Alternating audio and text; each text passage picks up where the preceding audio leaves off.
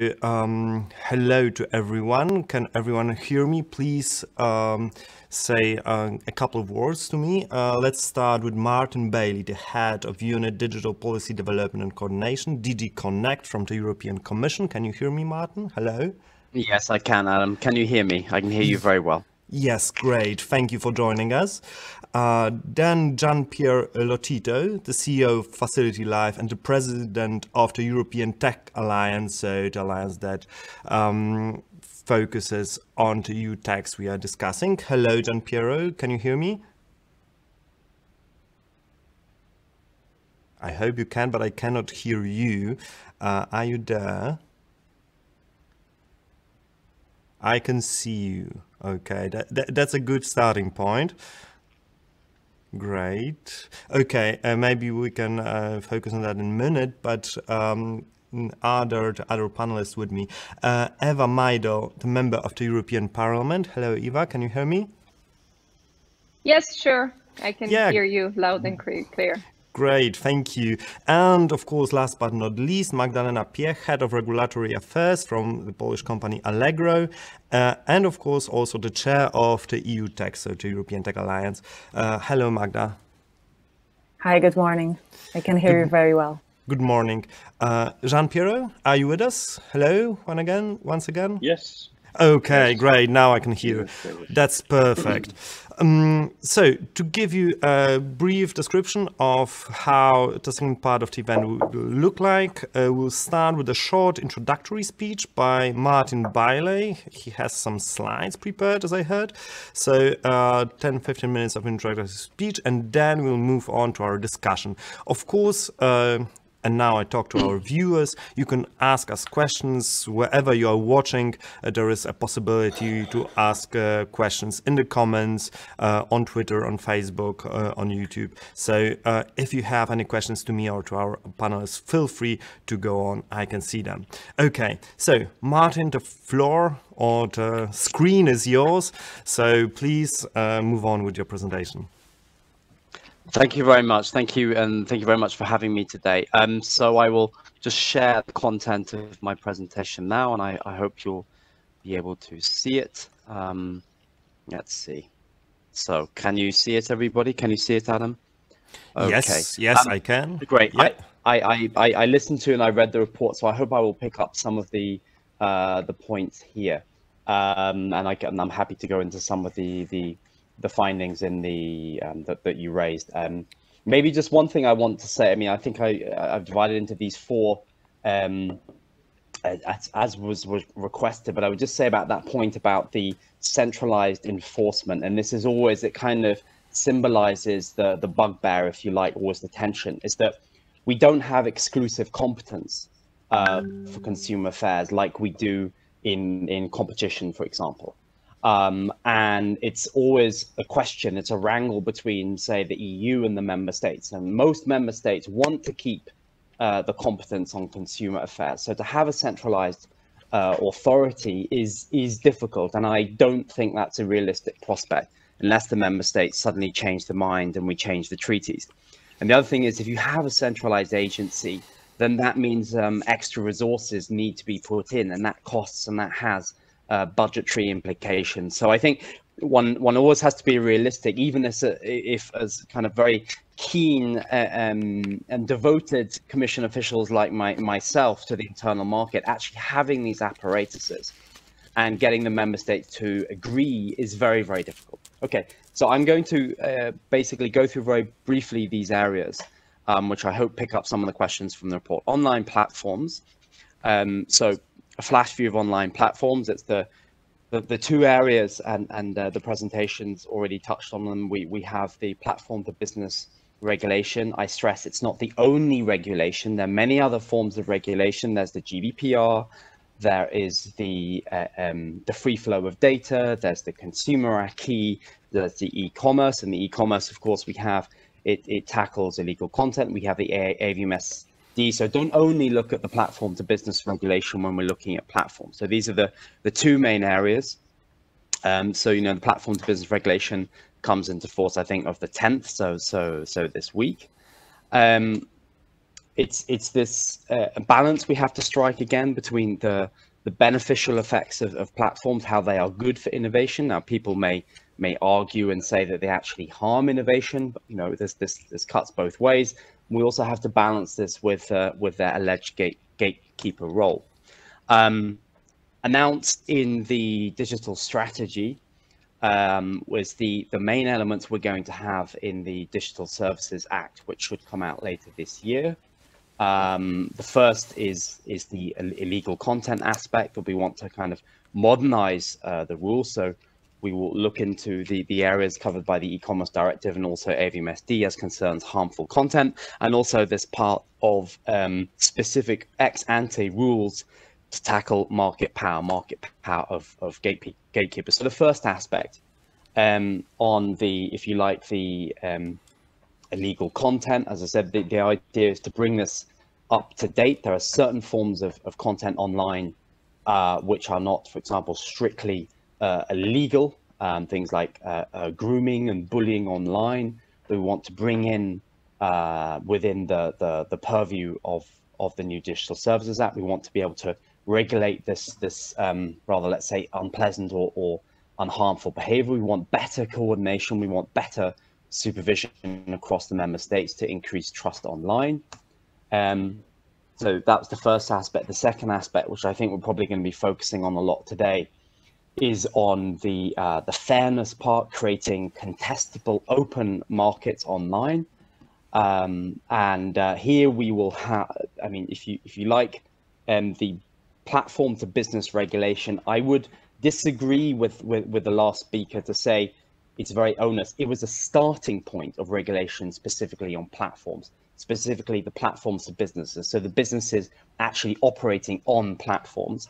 And the idea of the platform to business was to inject greater transparency, inject greater fairness, for example, unfair terms and conditions where platforms, for example, could delist you without giving reasons, without giving reasonable notice. Within this proposed regulation, we're going to go far deeper into the tougher problems, also the systemic issues. We're going to tackle the gatekeeper. We're going to tackle, as it were, if you like, as far as we can, the black box. I think in the previous presentation, you raised a very important point about the knowledge we have, the regulatory oversight. Very often, we don't know what goes on in platforms. So one of the things we're going to aim to do is try to get much deeper understanding of platforms before we can regulate them. So there we may be looking at having, for example, powers to require information from large platforms that we don't have today. You have these powers under the competition rules. So as I said, the most important thing we want to ensure through the new DSA, the new platforms regulation, is to ensure the contestability of markets. Markets where certain players, a small number of players, may be said to abuse their market power in certain ways. Very important as well if you want to reduce the risk of fragmentation across the European Union. You may be aware that a certain number of member states already have initiatives where they're trying to dig into the market power of platforms. We obviously want to have a more uniform approach across the European Union for more effective enforcement and to ensure a better internal market, a better environment for our own platforms on our own digital economy to develop. Of course, the larger number of reports from academics and other bodies and authorities who said that the competition laws alone cannot tackle these problems. You may be aware that we have launched a public consultation, and I would actively encourage you to look into the 57-page public consultation on platforms. These are the main building blocks of the platforms. To bring to your attention as well, we're not only looking at the gatekeepers, platforms, large platforms, illegal content, the governance issues, we're also looking at what we call platform workers, so how to address challenges around self-employed individuals offering services. This is, of course, the platform workers. This is the Deliveroo. This is the Uber drivers and others. As I said, the consultation is open until, I think, the beginning of September. So we heartily welcome your views on that, and particularly if you think things should be changed and how. The main things we will be concentrating on, and I read your report. You very much congratulated the work of DG Competition in the Amazon cases, the Amazon and the Apple for the state aid cases, and of course the Google AdSense, the Google shopping cases, where the European Commission imposed very heavy fines on Google. And of course, we're going to continue to apply competition law. But, and this may, I think, answer your one-size-fits-all point that you contest with us. I would argue against that anyway, because there is a lot of regulation that applies to platforms, not merely platform-to-business regulation, which is just a start.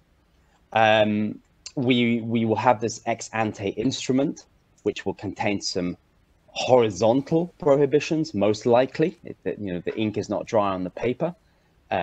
Horizontal prohibitions about particularly egregious behavior. And then we can also have the power, we are looking to acquire the power to impose specific remedies for certain types of platforms. So we set a well-defined circle of digital gatekeepers, those with considerable market power they can leverage into other markets.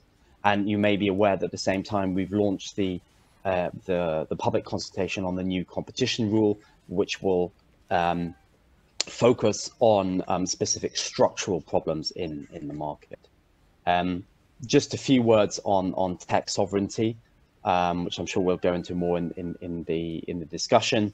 The COVID pandemic has shown how reliant our economy has been in many areas of how reliant our economy has been on technology, on technological players. Now we're clearly using a platform. I'm using a US platform here.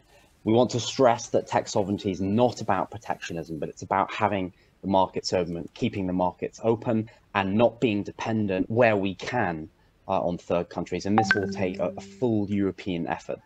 Some of these issues and the investments required are so large that member states cannot do this alone. Absolutely key for us is to maintain or create our places in the value chains. We must be present all the way the value chains.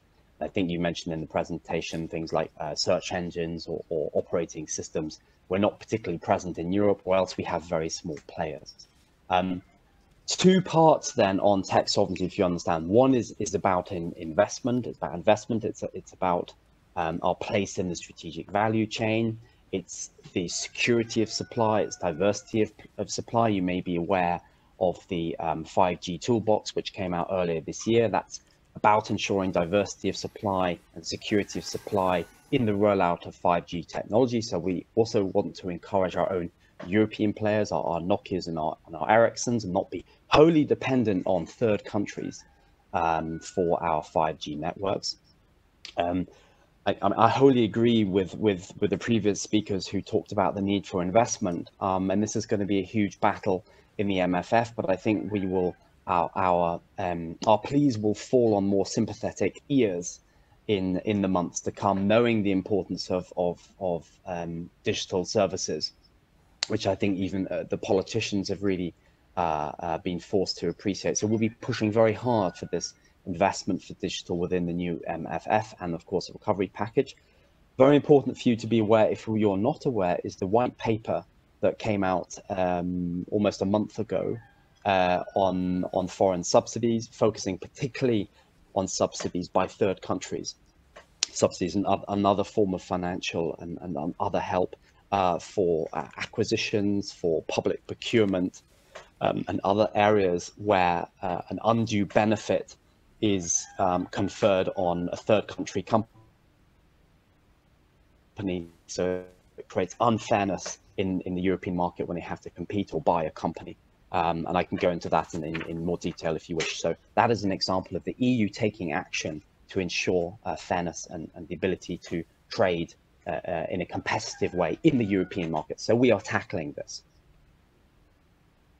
I'm just trying to slide. Okay.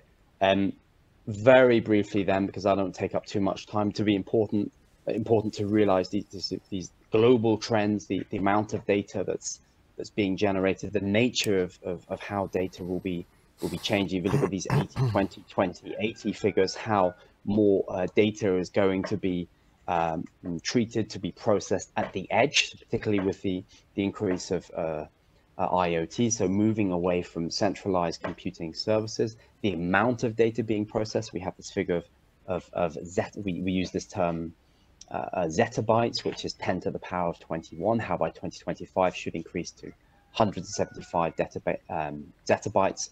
And of course, we look at the, excuse me, I'm just trying to break this, going the wrong way. There we are. The value of data to our markets and the number of data professionals that we will need. Not being very, there we go. Again, the value of data estimated by PwC of $15.7 trillion. I think whichever consultancy you look at, their figures vary considerably. Small amount of European companies that are using big data. I'm just going to see the slide. It's blocked by one picture. So, there we go. Not forgetting that Europe has strengths. It has certain assets. So it's not all kind of a negative scene. There's a lot of potential. And I'd like to stress something we said right back in our midterm review in 2017, that we have very strong industrial sectors in Europe, the automotive, healthcare, sort of transport, energy, finance, and these are areas that we will need to build on and need to fully digitize if we are going to fully embrace, and if we're going to the opportunities of digital, and if we're going to remain market leaders in the future. Interesting, the top European factors, half of them using AI. You may be aware in the COVID crisis that one of the, in fact, the most reliable form of diagnosing COVID was through scanners, so these CAT scans. Many of these are made by Siemens Healthineers, and they use artificial intelligence in these, which is more reliable than human diagnosis, in order to diagnose COVID. Of course, and I think it was stressed in the previous presentations that Europe is considerably underinvesting in data and artificial intelligence as compared with other countries across the globe. There we go. One quick word on the European strategy for data. So 4 main elements to this. We be coming out later this year with a governance framework to facilitate the sharing of data. And after that, possible Data Act. We want to inject money into data through what we call these high impact projects for the creation of European data spaces. So we've earmarked 2 billion of this across what we call the CEF2, the Connecting Europe Facility 2. We want to increase the competences, the skills for the data analysis, data processing, and we want to roll out the data spaces across Europe, key data spaces. And on this slide here, I show you what the data spaces are that we want to concentrate on. Of course, they're related to areas where we're strongest in Europe, and number one, of course, starting with health. I'm going through very quickly these. These deserve a presentation by themselves. Flagged up, of course, by the COVID crisis is the importance of data. Maybe if we had certainly we had better interoperability between health data systems in Europe and better data access, then we would may have had better results in the treatment diagnosis of COVID, or certainly the tracking of it.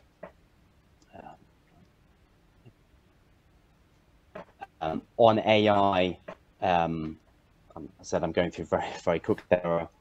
I think there are 2 very important aspects to focus on AI. One is the capacity, the capability to produce artificial intelligence, and the other is how we regulate it. And so we have what we call, on the one side, fostering this ecosystem of excellence, creating our capacity in AI. Why is this important? I mean, I for one have always pushed the idea in all the papers that while regulation is important, we need to be making our stuff ourselves. Because if we are not, we will simply be buying, governments, local authorities, companies will be buying the products and services made elsewhere, made in third countries, because we're not developing them ourselves. So it's absolutely crucial that we develop our own AI products and services, and that we don't merely regulate the products and services made elsewhere. So I stress the importance of that. And this column here on the left illustrates the sort of actions that we have envisaged to ensure excellence in artificial intelligence.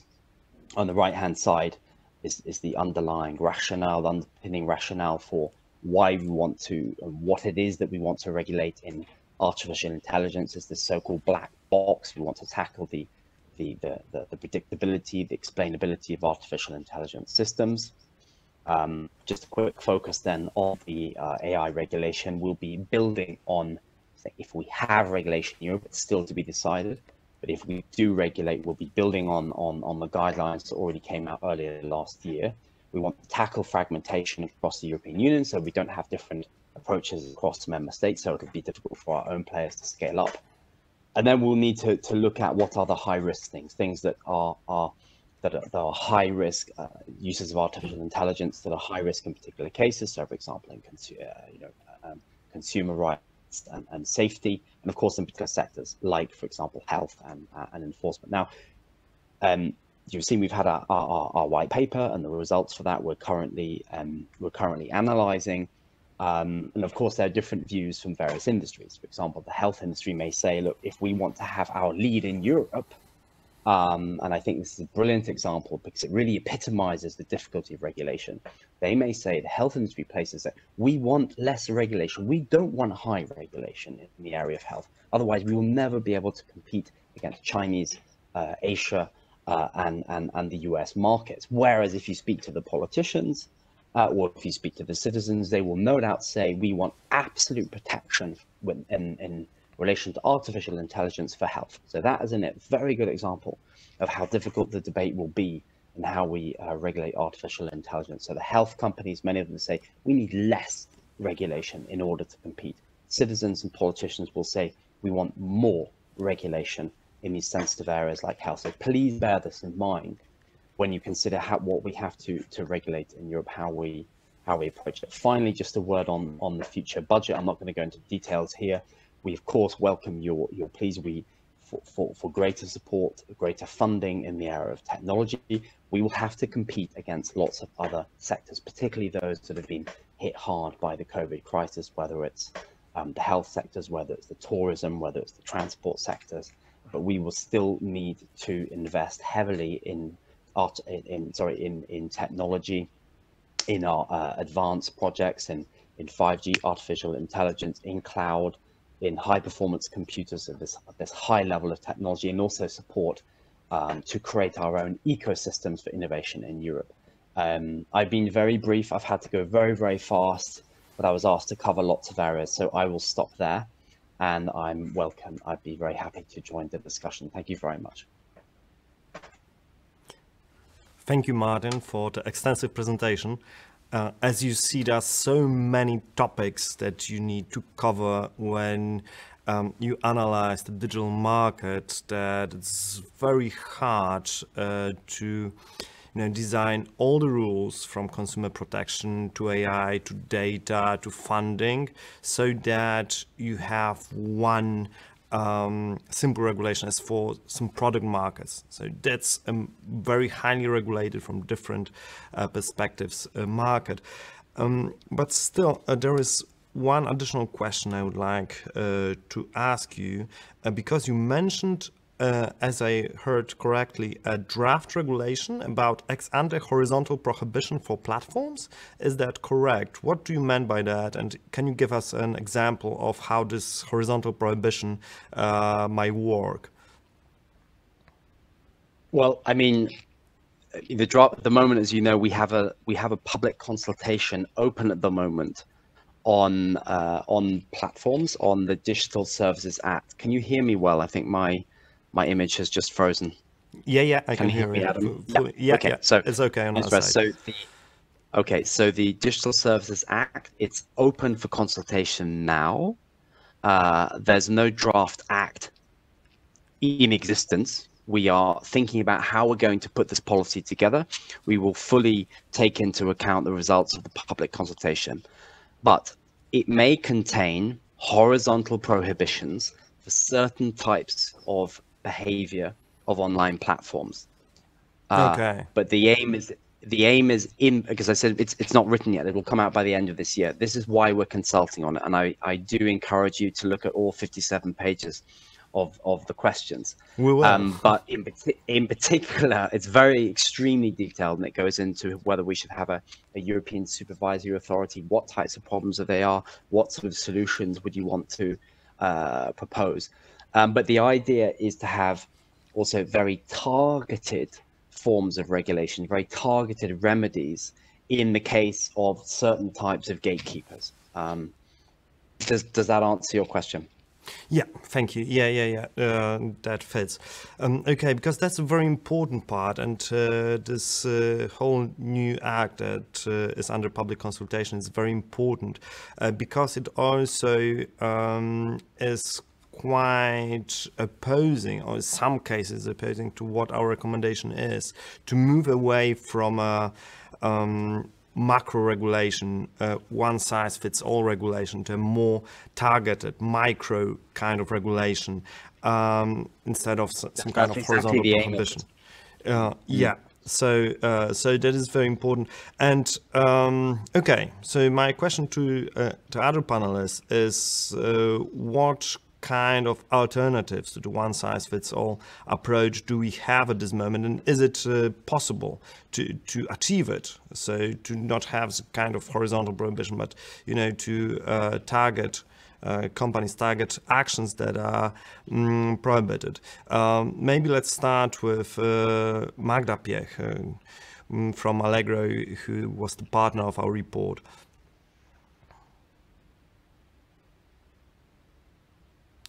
You should turn on the microphone, I think, so we can hear you. Yes, good morning. Okay, morning once again. Morning once again.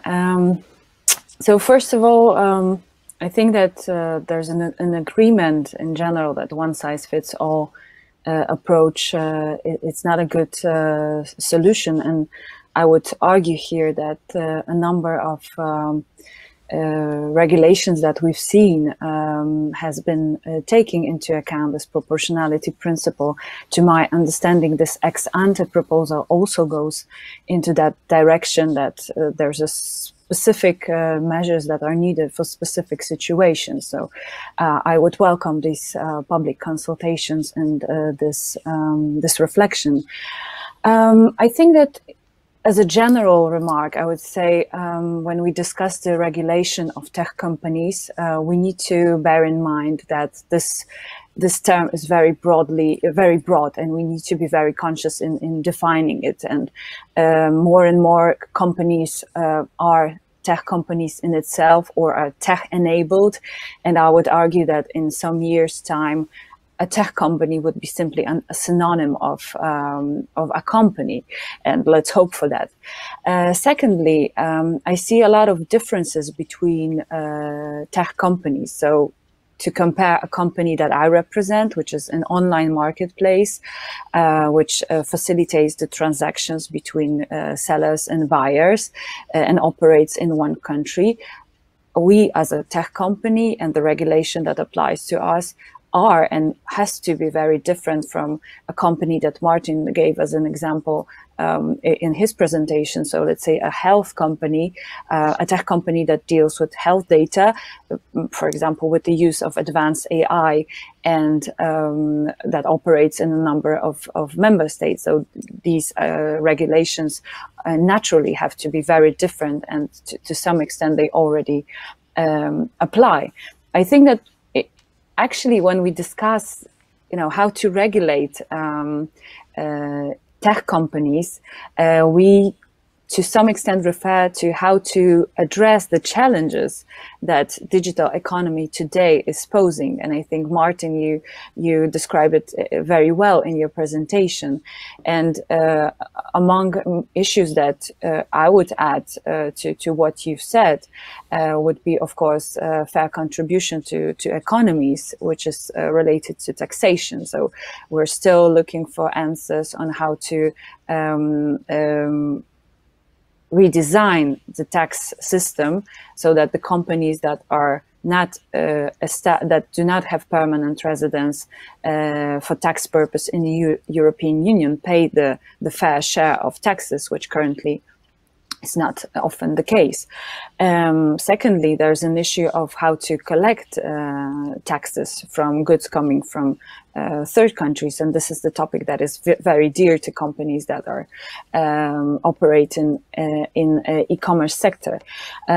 Another challenge and issue when we discuss about regulation is the matter of effective enforcement, and I think it was mentioned in both presentations. So how do we make sure that the rules that European Union establishes are applicable but also enforceable to all the players that are on the European market?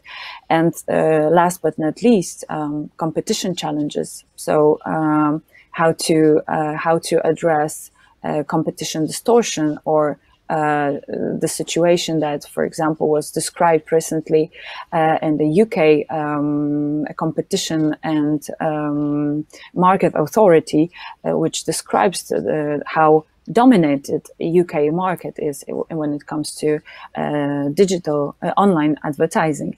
So I think this discussion has been ongoing on challenges and on the right approach. And I think that, of course, there's no one size fit all as a right solution. And I believe that given the current approach of the European Union, we will find the right, or the European Commission, European legislators will find the right solution to address these challenges. Thank you, Magda.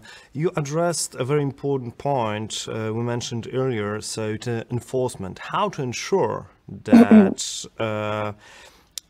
the law that is already accepted by the European Commission and the directives that are introduced in member state countries are enforced, and companies that offer their products or services within the European Union have to obey it. And here there is a very important also notion that Martin made, that there is a lot of regulatory oversight within the member state countries, and the regulations of member state countries differ, which also harms to some extent the enforcement of EU regulations. And I would like to turn to Eva Maydell from the European Parliament to ask whether there is some plan to give more power to the European Commission from member states on regulation of the digital single market, and if not, how the European Parliament can help to enforce the regulations at this moment so that there are no breaches made by non-EU tax. Thank you. Good morning, everyone. Well, that's in a way $1 million question. How do we make sure that regulation could be properly enforced and fulfilled in a way? But I mean, let's put it in one sentence. I mean, I believe that the implementation of these EU rules is absolutely key. Of course, we not just debate them, vote them, but we want to see them enforced when necessary. But of course, well-implemented rules by member states and stakeholders affected are, of course, the precondition for this seamless digital single market. And as Magda was saying earlier, as she wants to just one day us to refer to companies by default, knowing that they're digital, I hope that at some point we'll be referring to the single market also, not necessarily having to specify the digital part. But anyhow, I think this is why when major legislation is basically adopted, we need implementation guidelines to immediately start being drafted. Probably you recall that there had been certain delays in the GDPR guidelines coming only a few months before the entry into force. Nevertheless, I think this was of an immense help when it came to the work of SMEs and businesses in order to implement it. So I'll stop here, but I hope that answers your question. Okay, thank you.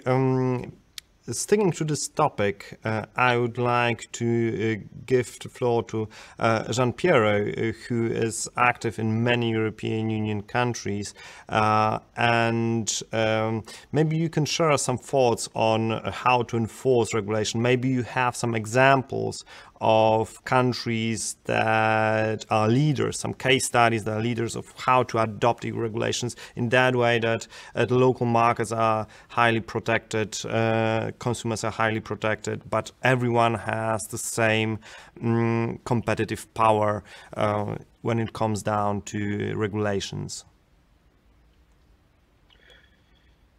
But the challenge that we have in Europe is historical, because we are in a paradigm shift period. The COVID lesson is very important because COVID gave an awareness to the people, to the European citizens about the digital needs that was unprecedented. So what we need now is to understand how to empower this very unprecedented situation using best practice, as you are telling. We have examples in Europe, like Booking.com, that is a company that born in a small city in Holland, in Netherlands, and became global.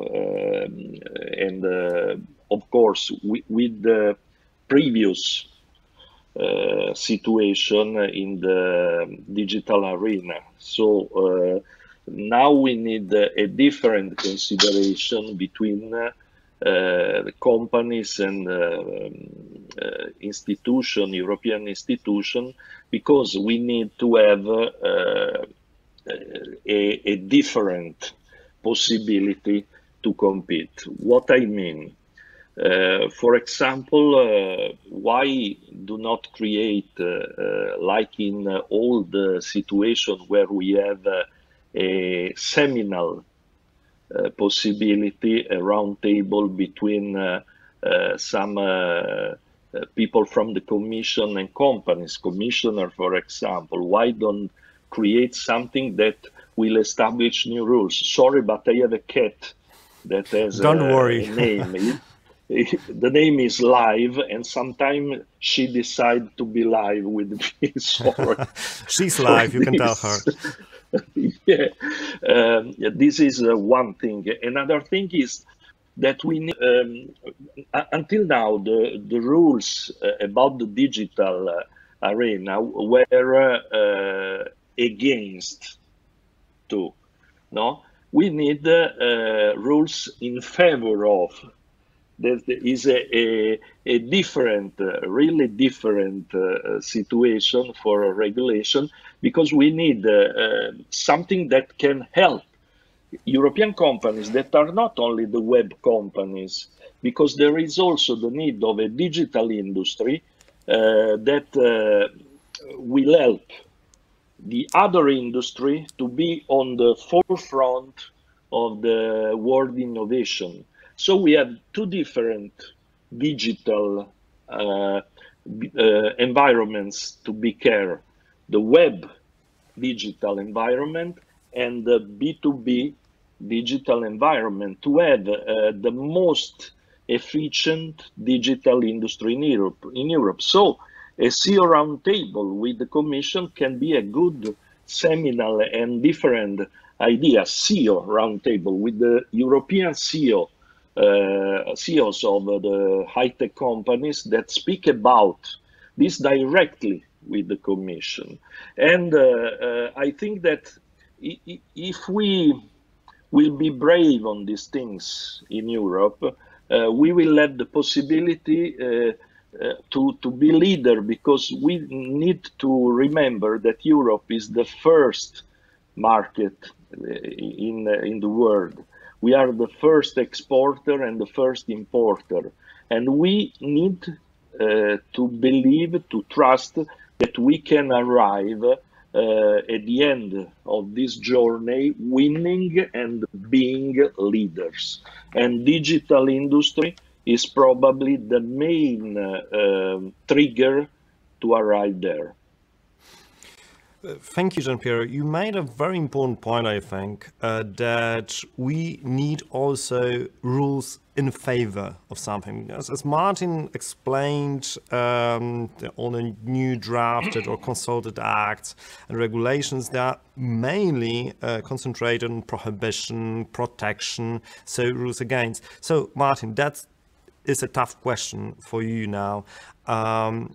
What kind of rules in favor of the digital market and EU technological companies are there in the European Commission mindset, or in those acts that you were discussing earlier? Apart from funding, we will come back to funding because of course funding is in favor, but regulations, institutional environment that is in favor of EU tax.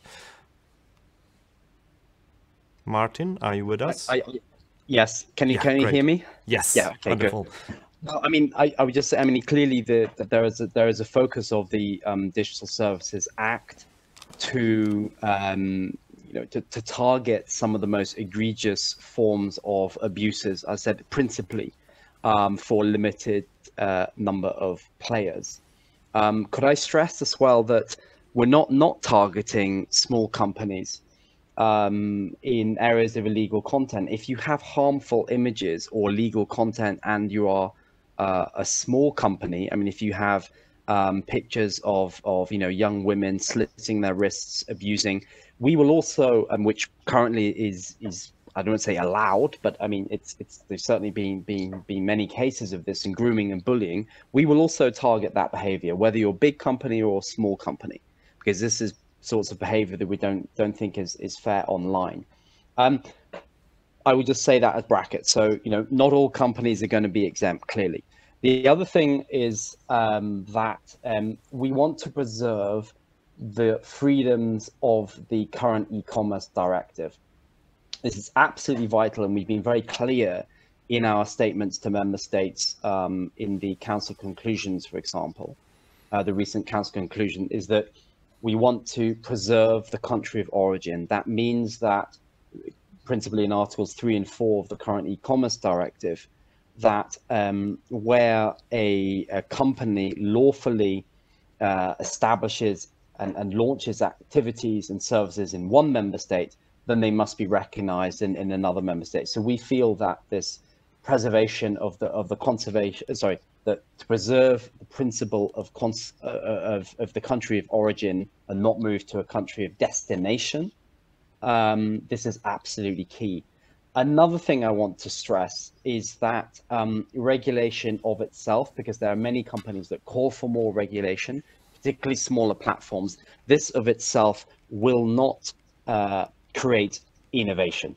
We cannot, if you like, regulate to death the large American players in the hope that this will give us innovation by itself. What it can do is, and I think it will definitely, what it definitely will do, is create the environment for contestability, which is currently undermined, and fairness in the market. We need to make these markets contestable, and that's one of the things by, if you like, clipping the wings of some of the most egregious practices of the larger players. We will try to ensure, we will seek to ensure this fairness and contestability in the market. But I stress again that regulation of itself does not directly lead to innovation. And my personal view is that we will need also to think, and you didn't want to touch on it, but I will, on areas of funding and other areas of support, and really creating those ecosystems in Europe, like you have in certain capitals or certain cities. I mean, if you take Cluj-Napoca in Romania, these ecosystems which can lead and nurture innovation. Okay, and one last tricky question. Would you invite CEOs from EUTAX for a seminar, as Gianpiero advised? Would I invite them for a seminar? Yeah. so that to discuss a B2B environmental regulations and what to change. So what are the needs of CEOs from EU tax?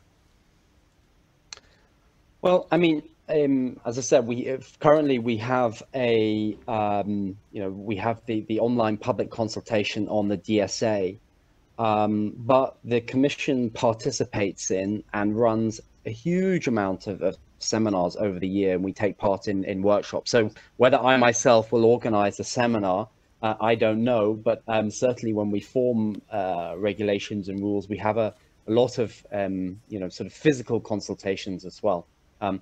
My door is always open, and I'm always happy to, as Eva Maydell knows, I'm very happy to speak to companies and discuss the issues.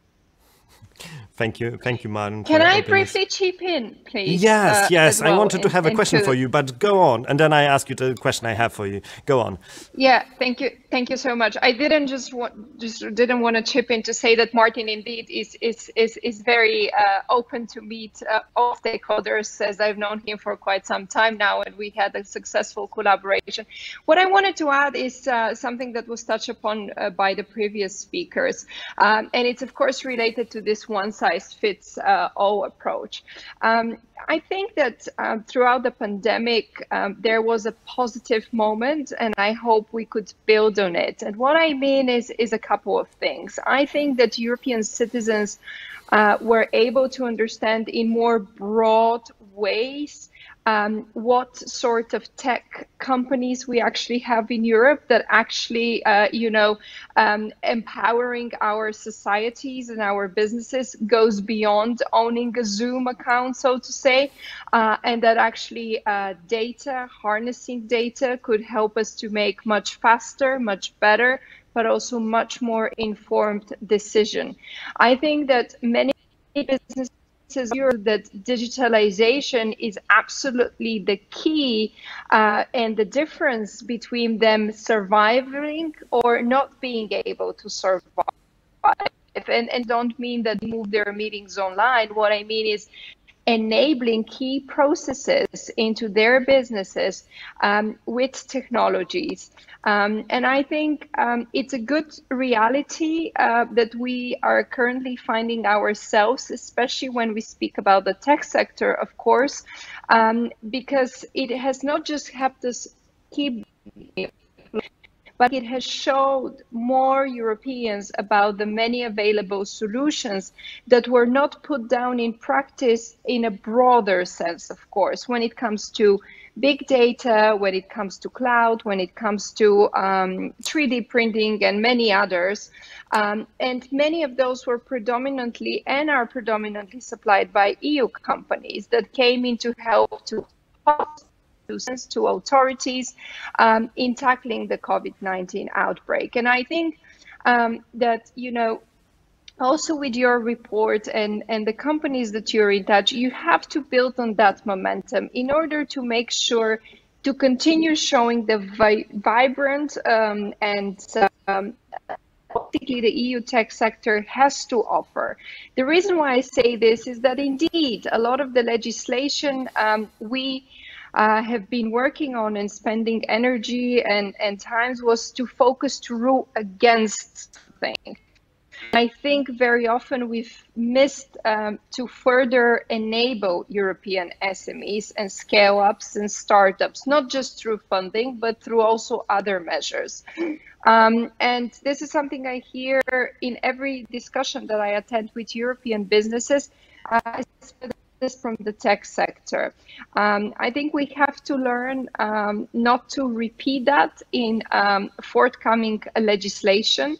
And I think, for example, the data strategy that Martin touched upon and explained what is about to come within its domain could very much focus in enabling rather than restricting. I would be part of the team that will work on that strategy in the industry committee. So or ideas of how to better use this legislative, one of this legislative document, but not only as an enabler for European SMEs, will be very helpful. And I also want to make a point, because the budget was mentioned in the recovery plan as well. I think it will be very important. Also has European companies at heart. On one hand, one could say, yes, the tech companies, there's certain allocated resources for them. But on the other hand, whatever type of company you are, you need to enhance your processes in order to be prepared for the next challenge that will come and approach us. The more technological solutions companies have implemented, the better prepared they are for future challenges. So a lot of these resources could also go into enabling those more traditional companies in order for them to be better prepared and enhanced. Thank you. Thank you for those comments. Could you share with us some ideas of regulations or certain regulations that would enable the growth of the EU data economy? Maybe you have some examples from the COVID period of how to help companies and become more digitalized. And what kind of experience from this pandemic times you would like to introduce into the legislation on the data strategy you are working on?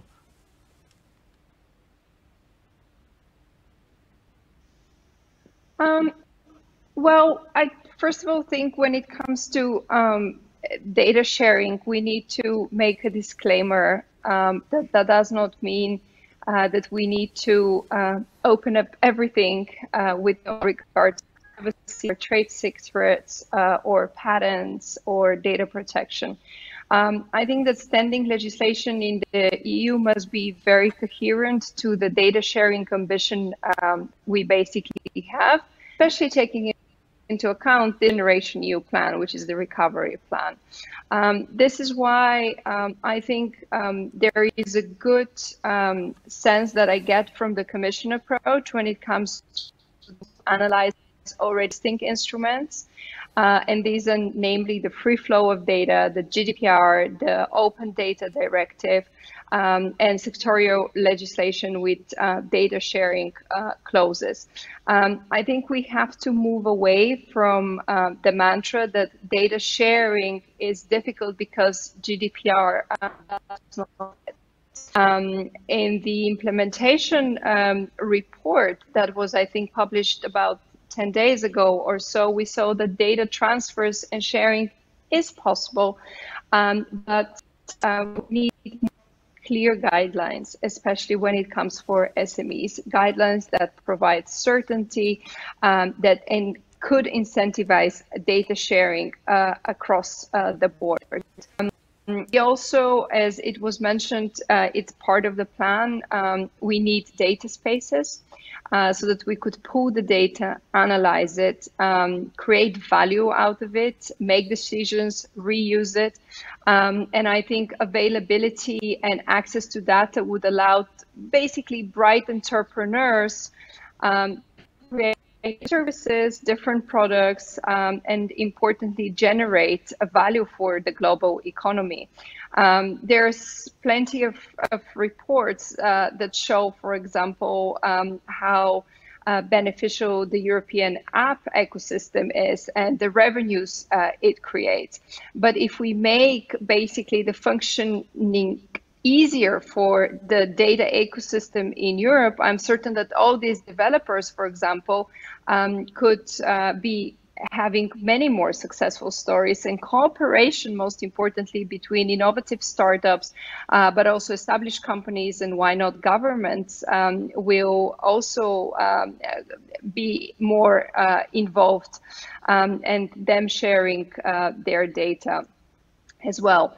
I think the data availability could basically be in a way and seen as a breakage, as a agreement for basically the data economy. So this is why the data governance framework will be so important to be set and implemented in the spirit of enabling secure data flows across industries, but also economic actors. Thank you a lot. As you hear, both the European Commission and European Parliament is stressing funds and helping the EU tax in growing throughout different kind of regulations. And from that point of view, I would like to ask Magda Piech on what kind of funding or help, financial aid, is most important for EU tax? What kind of funding do you need? Is it more like infrastructure funding that the EU will help to build a 5G infrastructure, or more is it consumer education, or is it just subsidies for companies which were also mentioned before? What kind of what kind of funding is needed by EU tax most?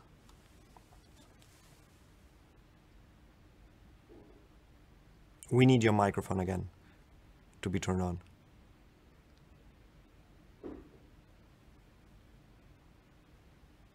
Okay. So thank you. I think that all the purposes that were mentioned that by you, but also previously in Martin's presentation, I think they rightly identify where European Union should support both SME scale-ups or bigger initiatives.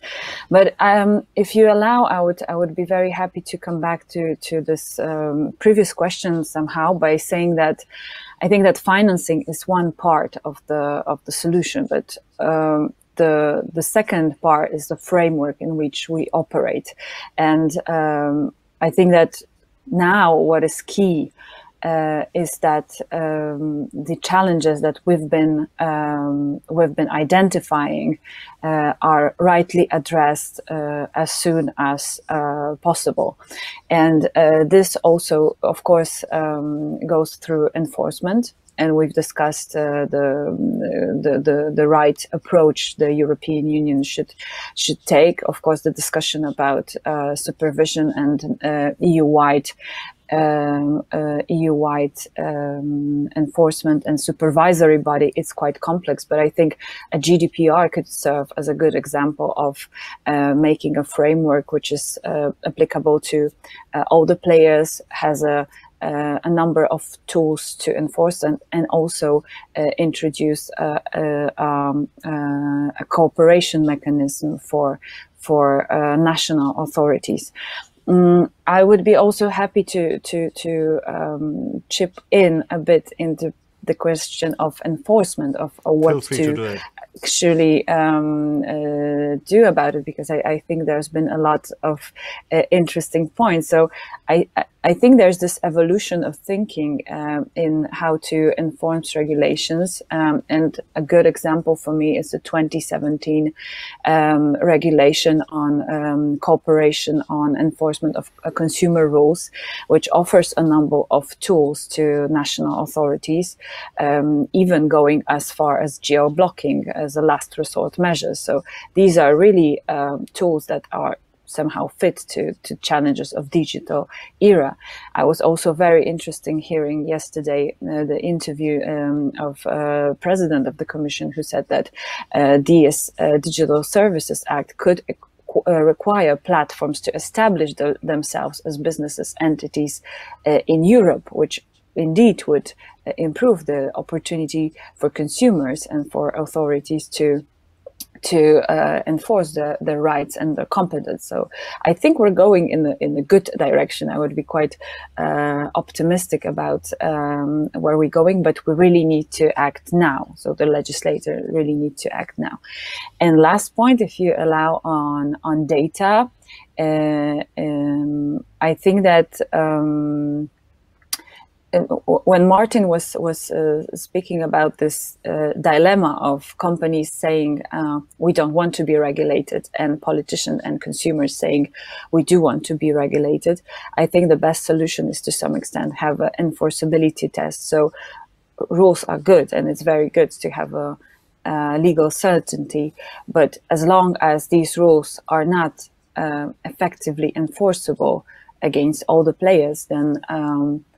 these rules might limit the opportunity to innovate, but actually do not address all the challenges that we're facing. So I hope this offers a solution, and this will be applied when we talk about how to use data and how to use AI in this upcoming regulation, so that all the companies have the opportunity to build their services in a way that respects fundamental values, but also which allows them to analyze data, to use data more freely, and eventually to gain competitive advantage. Do you think that those regulations that cannot be fairly applied so that everyone obeys them should be lifted, or just abandoned for 1 year, 2 years? Or you have another view of how to tackle this problem? Because there is a need for consumers to be protected. So how to solve this conundrum? So I'm a lawyer, so to a lawyer to ask whether legal rules should be suspended for 2 years, it's a quite provocative question. So of course it is. I think that's not the solution, but I would say that maybe some kind of enforceability test while we think about new regulations could be helpful.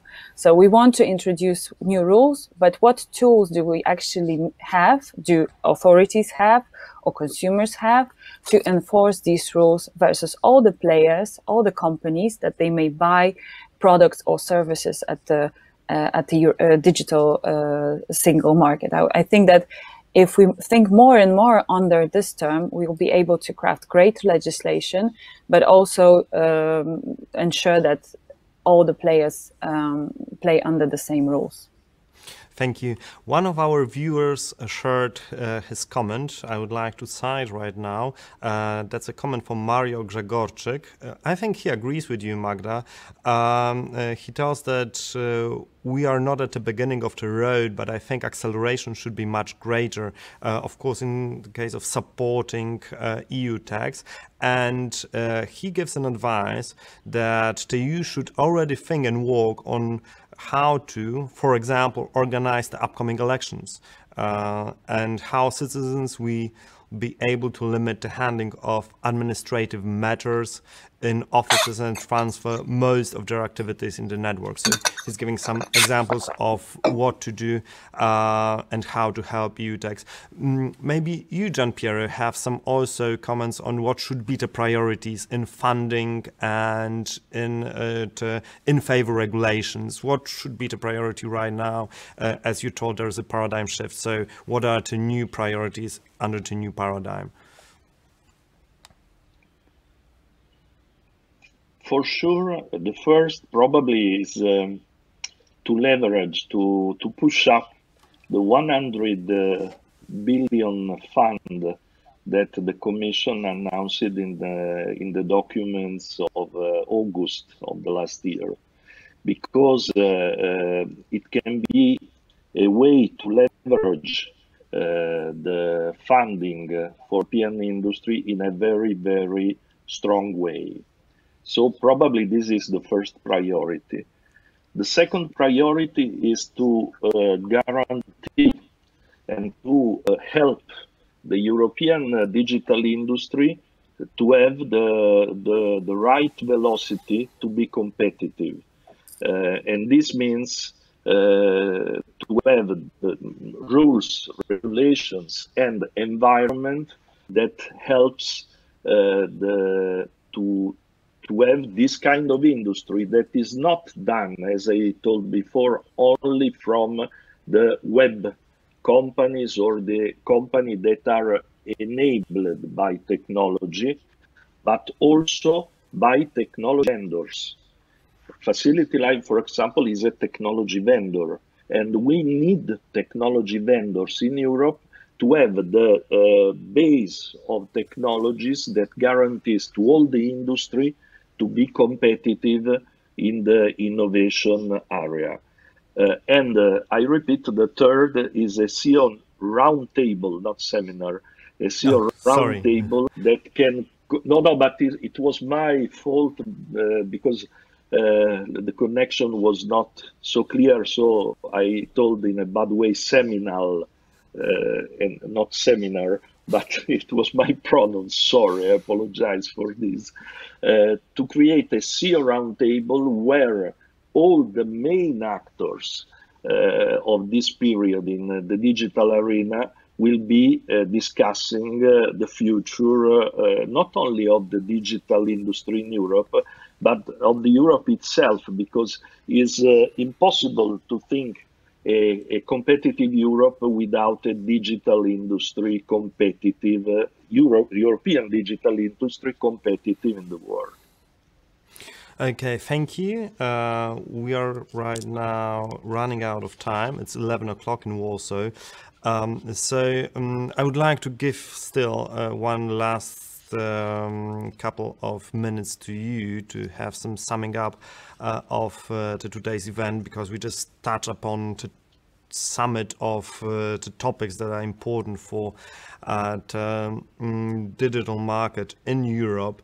And I have one last question. If you would like to answer, please do. If not, I know it's tricky, about the digital tax, because we were talking a lot about funding, and we need money to have it to spend. So we need money to spend. So maybe a digital tax is a solution. I know that there is some war going on for the digital tax as well, and some of our viewers are very interested in what's going on in this topic. So if you would like to share your views, whether is it going forward or we won't have a EU-wide digital tax, go on with it, but still feel free to give your summing up comments on this event. We'll start in the very same order as we started the whole discussion. So with Martin, the floor is yours.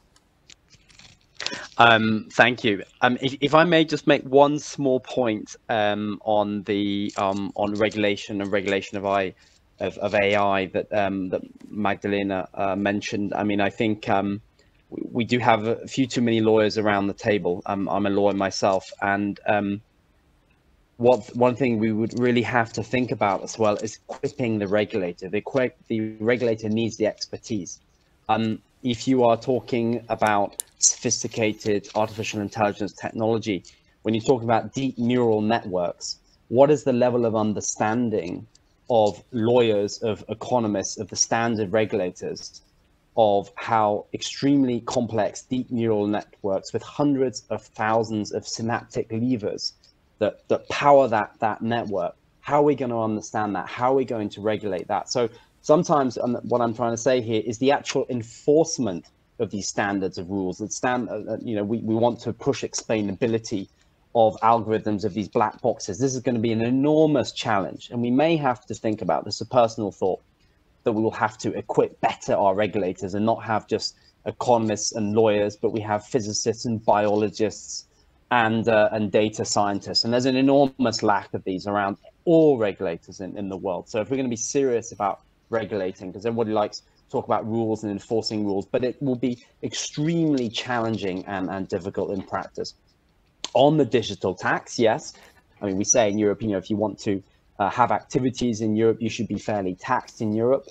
And I think the executive vice president of Vestager said that if there are not rules on fair rules on digital taxation, or rather taxation of the big tech companies in OECD level, then we will push for them at Commission level. And there's already a reference to this in the financing for our recovery fund. I would remind everyone, though, that taxation requires unanimity among the member states. So all 27 member states have to agree. There's no qualified majority voting. It requires unanimity. So if we have unanimity in all the member states, including Poland, fully agree with this, then the measure is possible. Thank you. Thank you, Martin, for your valuable comments. And now let's turn to Eva Maydell. Please share your views. Thank you. I think it was a very insightful event and your messages resonated very clearly. As I said, I think there is a positive momentum and the EU tech sector has to build on it. And I hope we as legislators, not just thinking of myself, but in a broad way for the entire parliament and colleagues in the respective committees, would take into account the principle that I use in my work, which is regulation for innovation.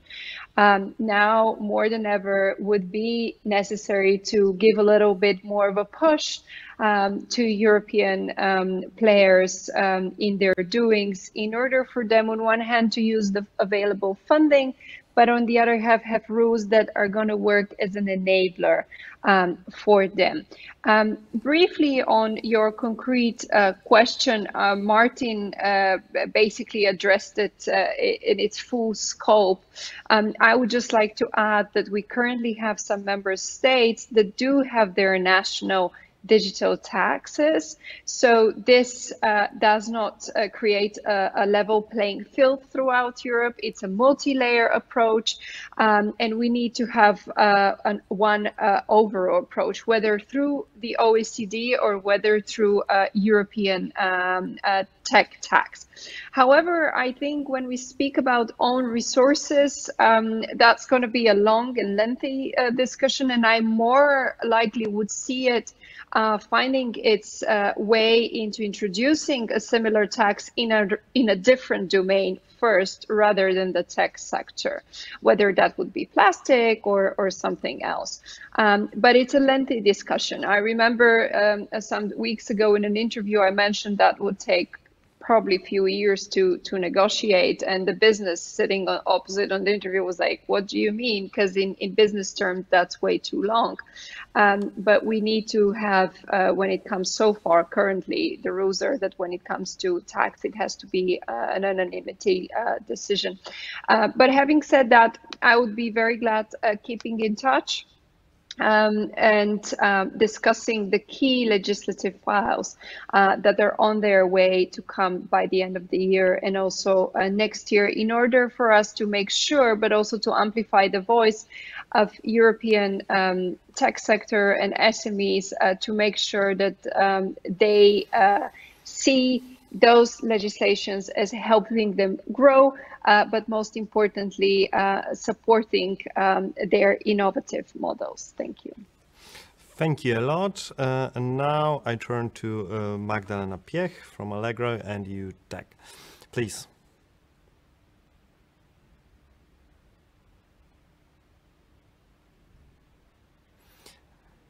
Magda, we still need your microphone, even in the end. Sorry, this is Zoom time or COVID time. We have all the same problems. Reality. So thank you very much for this insightful discussion and the comments of all the panelists. Maybe I would conclude by making 3 points. I think that when it comes to regulation, what we need is indeed a proportionality and a targeted approach, but also this enforceability of regulation. So making sure that it is binding and enforceable to all the players on the market that competes for the same consumer, for the same businesses with their services. Second point I would make is the coherence of regulation will be key in ensuring that the goals that digital single market should achieve are achieved. So the coherence of data strategy and AI and GDPR and competition and P2B regulation, it all has to be ensured for companies to have this nurturing framework. Last but not least, I think that this kind of discussions that we have today, the exchange and the consultation that are ongoing, are a very good way to engage and look for such solutions. So I would like to declare that we are very willing to support and contribute constructively to this discussion. Thank you. And of course, last but not least, Gianpiero Lotito.